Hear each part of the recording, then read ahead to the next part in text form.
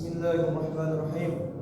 Assalamualaikum warahmatullahi wabarakatuh. Waalaikumsalam warahmatullahi wabarakatuh. Alhamdulillahilladzi ja'ala syahr Ramadan syahrun mubarak. Huwallazi unzila fihi al-Qur'an hudan lin-nas wa bayyinatin minal huda wal furqan. Nashhadu an la ilaha illallah wa nashhadu anna Muhammadar Rasulullah la nabiyya wa la rasula ba'da. Hadirin ma'asyiral muslimin wa zumratal mu'minin rahimakumullah. Bersyukur kepada Allah kita masih dipertemukan pada bulan Ramadan, bulan yang penuh rahmat, barakah serta ampunan dari Allah Subhanahu wa taala. Semoga kita dimampukan melaksanakan ibadah terbaik di bulan ini sehingga mampu menuai predikat takwa. Amin ya rabbal alamin. Salawat serta salam selalu tercurahkan kepada Nabi akhir zaman, Habibana wa Nabiyana Muhammad sallallahu alaihi wasallam. Semoga kita dimampukan menjalankan semua sunnahnya serta mendapatkan syafaat darinya yaumil akhir kelak. Amin amin ya rabbal alamin. Hadirin jamaah salat Isya dan tarawih yang dimuliakan Allah. Saat ini kita sudah memasuki 10 malam terakhir di bulan suci Ramadan. Semua umat Islam tentu menginginkan agar di bulan yang penuh dengan rahmat dan keberkahan ini diisi dengan berbagai rangkaian ibadah dan kegiatan positif. Namun demikian, terkadang ada hal yang kita lupakan, ialah nikmat sehat. Nikmat sehat merupakan anugerah dari Allah yang sering dilalaikan oleh Bani Adam. Padahal justru dengan sehatlah seorang dapat terus produktif dalam beribadahnya. Ketika seseorang sakit, terbaring di atas kasur di rumah sakit, puasanya, salat tarawih, qiyamul lail, dan tadarus Al-Qur'annya juga akan terhambat.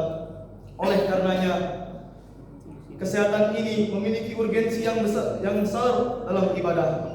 Sebagaimana dalam kaidah usul fikih dinyatakan, ma la yatimul wajib illa bihi fahuwal wajib. Suatu perkara yang tidak akan sempurna kewajibannya kecuali dengannya, maka dihukumi wajib. Maka pada kesempatan yang penuh dengan keberkahan dan kemuliaan ini, izinkan saya santri Pondok Pesantren Quran dan Dakwah Al-Karim Nasyid Indonesia yang ingin menyampaikan ceramah singkat yang berjudul Meraih Kesehatan dengan Berpuasa.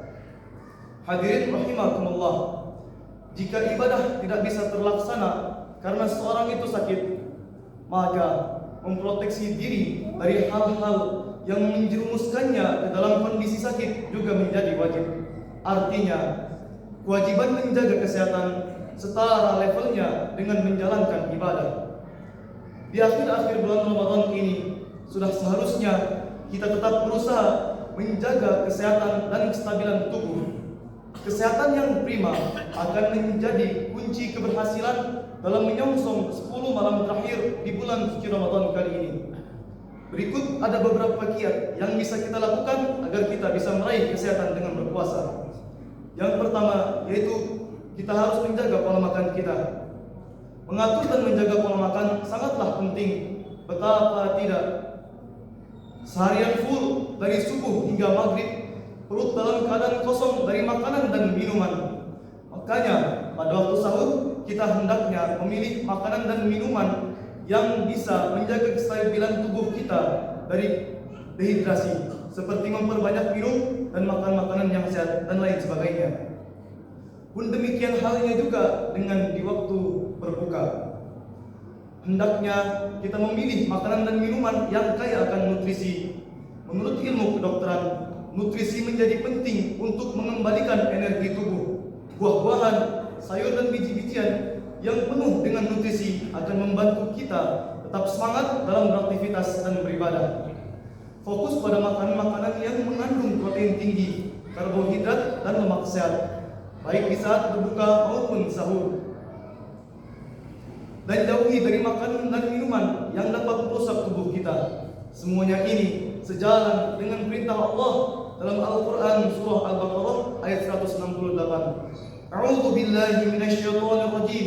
Bismillahirrahmanirrahim. Ya ayyuhan nas, kulu mimma fil ardi halalan thayyiban wa la tattabi'u khutuwatis syaitan innahu lakum aduwwum mubin.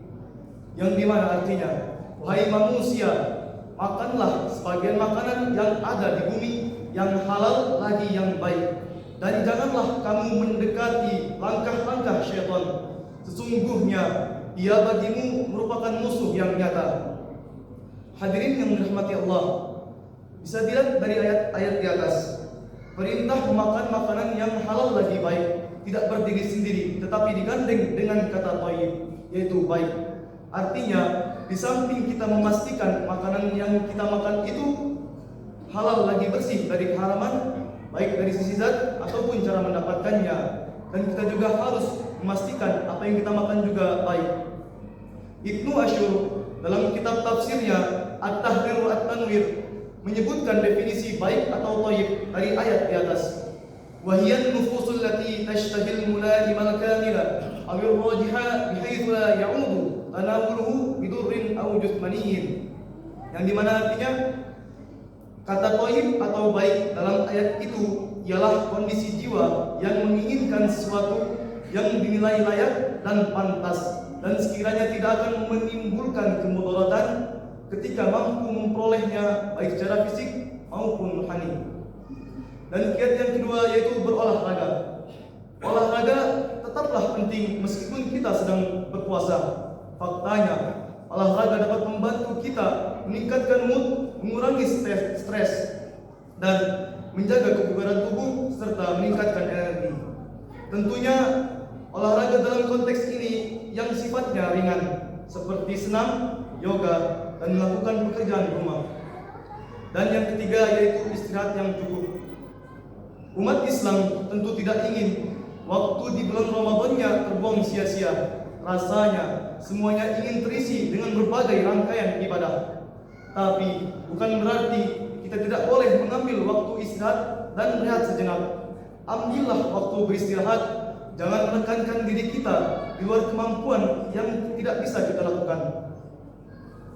Sudah maklum, ketika Ramadan, ketika kita berusaha menghidupkan malamnya dengan bacaan Al-Quran, tahajud, dan zikir, kita rela untuk mengurangi porsi tidur, bahkan tidak tidur sama sekali di malamnya.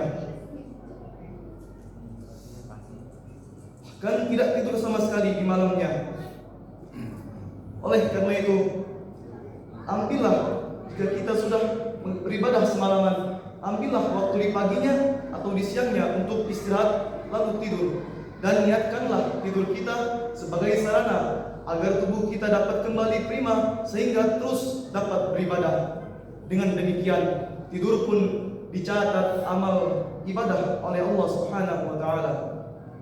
Disinilah urgensi innamal a'malu binniyat. Segala perbuatan tergantung dengan niatnya. Ketika niatnya baik, menjaga kontinuitas ibadah, maka perbuatan yang tadinya mubah bisa bernilai-nilai ibadah dan pahala di sisi Allah Subhanahu wa taala. 3 kiat di atas penting untuk kita lakukan guna terus menjaga kesehatan kita masing-masing. Menjaga pola makan, berolahraga, dan mengambil porsi istirahat yang cukup menjadi kunci keberhasilan Ramadan tahun ini dengan berjalan dengan optimal. Demikianlah ceramah singkat yang dapat saya sampaikan. Mohon maaf apabila terdapat kesalahan dan kekurangan. Kebenaran hanya datangnya dari Allah dan kesalahan datangnya dari saya. Unzur maqala wa la tanzur man qala. Lihatlah apa yang disampaikan, jangan lihat siapa yang menyampaikan. Wabillahi taufiq wal hidayah. Wassalamualaikum warahmatullahi wabarakatuh.